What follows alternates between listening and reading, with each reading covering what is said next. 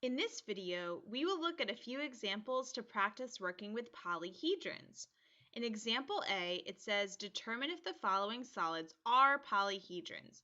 If the solid is a polyhedron, name it and determine the number of faces, edges, and vertices each has.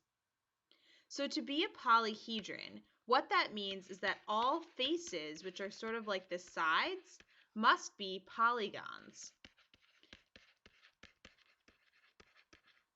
So if there are any circles that are faces or curved faces, then it's automatically not a polyhedron because a circle is not a polygon. So in the first one, part A, what we have is a solid where all of its faces are triangles. There are 4 triangular faces. So that means this is a polyhedron. And because it has 4 faces, it's going to be called a tetrahedron. For the faces, vertices, and edges, we already said it has 4 faces that are all triangles. For the edges, there are 1, 2, 3, 4, 5, 6. So there are 6 edges. And for vertices, there are 1, 2, 3, 4. 4 vertices. The next one looks like rectangular faces along the sides, and on the top and the bottom are pentagons. So that means, again, this is a polyhedron because all of its faces are polygons. And we already talked about how many faces it has. There are 5 along the side and 2 for top and bottom, so 7 total faces. Now, what is this called? This is a prism because it has 2 parallel faces. The pentagon on top and bottom are parallel to each other, and those parallel faces are connected by rectangles. So that means that it's a prism.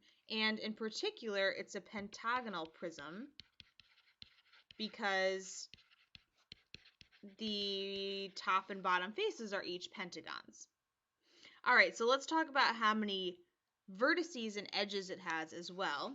So for edges, there are 5 here along the top and 5 on the bottom, and also 5 along the sides. So that makes 15 edges total. And for vertices, there are also 5 here on top and 5 on the bottom, which makes 10 vertices. For our last potential polyhedron, what I notice is that there are circular faces on the top and the bottom, and then there's this curved face sort of in the middle that connects them. So this is not a polyhedron because circles are not polygons. In example C, it says a 6-faced polyhedron, there are 10 edges. How many vertices does the polyhedron have? So in order to answer this question, we can use Euler's theorem. And Euler's theorem tells us the relationship for any polyhedron between the number of faces, vertices, and edges. Euler's theorem says that the number of faces plus the number of vertices will always equal the number of edges plus 2.